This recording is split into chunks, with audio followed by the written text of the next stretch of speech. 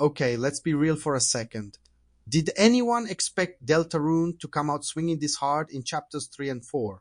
If you thought Toby Fox was done dropping emotional bombs, meta mind games, and all time iconic tunes, you've clearly never played an indie RPG in the last decade. Hey, you're watching Veteran Game, the channel where we tackle the games that make you laugh, cry, and sometimes throw your controller out the window. Before we take the ultimate trip back to the dark world, hit that like button and subscribe for more honest reviews, breakdowns, and rants you won't find anywhere else. Your support keeps us going through all the wild twists and turns, literally. Let's dive into the chaos. Let's start with some history. 7 years ago, a mysterious survey program from Toby Fox landed in our inboxes. No fanfare, just pure weirdness. Fast forward. Deltarune's now dropped 4 full chapters, and the world's never been the same. If you played Undertale, you know Fox doesn't do normal. Deltarune is that philosophy cranked to 11. Think pixel art, meta jokes, and emotional gut punches, all wrapped in a story that constantly yanks the rug out from under you. And with every new chapter, it's only gotten wilder. For the uninitiated, Deltarune is set in a parallel world to Undertale, but it's not just a retread. You play as Kris, an awkward human teen surrounded by monsters just trying to survive high school until things get supernatural. Q portals, fantasy realms, and a party that includes the world's most relatable bully, Susie, and a fluffy prince, Ralsei. But it's not about saving the world in the classic sense. It's about relationships, choices, and how you interact with the world, sometimes in ways that feel just a little bit unsettling.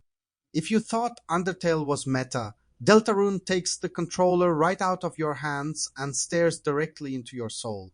Now, with the launch of chapters 3 and 4, Deltarune has officially entered. You have to play this territory. Chapter 3 is pure chaos in all the best ways. It throws out everything you think you know about turn-based RPGs. There's a full-on gameplay shakeup, a wild new dark world, and boss encounters that feel like Toby Fox is actively trolling the player. Think bullet hell, puzzle twists, and boss fights that genuinely reward creativity over brute force. Then chapter 4 comes in and says, hold my ketchup. It's darker, heavier, and the stakes go through the roof. The pacing? Like a roller coaster that suddenly dives into a black hole. And that ending. Let's just say if you're not screaming, what? At your screen, did you even play Deltarune? Let's talk characters. If you liked the weirdos from Undertale, Deltarune's crew will own your heart. Kris and Susie are peak disaster duo, equal parts dumb, brilliant, and relatable. Their banter, their friendship, their joint custody of a single brain cell, absolute perfection. And then there's Ralsei, the cinnamon roll prince. The supporting cast, pure chaos energy, whether it's antagonists like Rook's Card or surprise cameos from old Undertale favorites. But it's the little moments that get you. Interacting with random NPCs, exploring tiny details, or just watching Susie encourage Kris to do something stupid, you're not just playing a game. You're making memories with some of the best written digital friends in the genre. Deltarune's battles are, on paper, traditional turn-based RPG stuff. But in practice, they're straight-up minigame mayhem. Every enemy, every boss, every ACT command is its own unique twist. Sometimes you're dodging pop-up ads. Other times you're literally flirting with ambulances. The acid system lets you spare, taunt, or even outsmart your enemies instead of just mashing attack. And every fight feels fresh. Some battles require teamwork and actual strategy, juggling heals, magic, and wild new enemy patterns. The further you get, the wilder it becomes. Chapter 4, in particular, makes you rethink everything you know about the genre. You could sprint through Deltarune, but you'd be missing the best part, the world itself.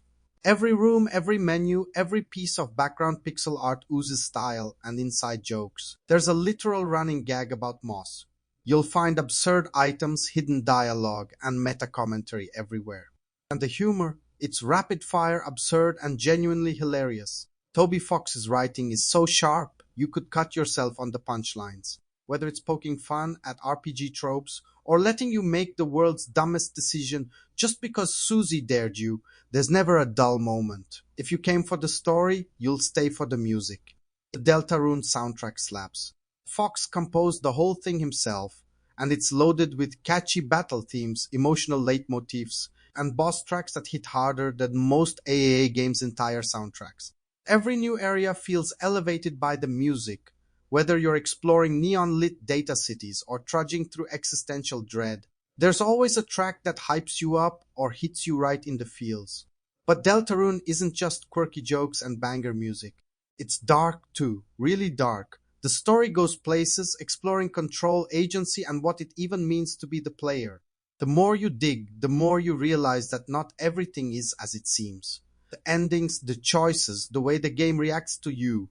There's some truly unsettling stuff under the surface. And Fox leaves just enough breadcrumbs for a million fan theories.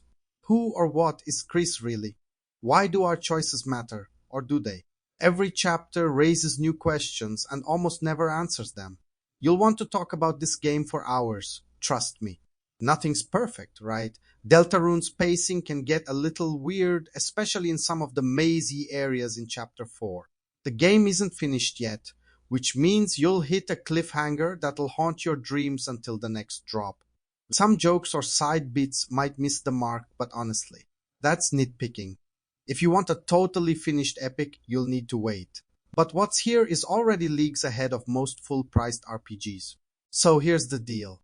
Deltarune Chapters 3 and 4 aren't just good for an indie, they're the new gold standard for RPG storytelling, period. The writing is brilliant, the music's legendary, and the characters are unforgettable. It's a love letter to RPGs and a giant middle finger to predictability. If you're new, jump in now, you won't regret it. If you've been waiting for the full release, you're missing out on one of gaming's most unique journeys, one chapter at a time. And if you're a theorist, a story lover, or just want to see what the fuss is about, hit play and join the conversation. Deltarune is the rare game that feels like it's made for its community by someone who actually gets why we play. That's it for this deep dive. What's your wildest Deltarune theory? Did Chapter 4's ending blow your mind or break your heart? Drop your thoughts in the comments. I want to see your hottest takes. If you want more bold reviews, hidden lore, and brutally honest opinions, like and subscribe to Varen Game. We're here every week, breaking down the games that matter. Until next time, don't forget to ACT, spare your enemies, and keep your moss inventory stocked. This is Veteran Game, signing off.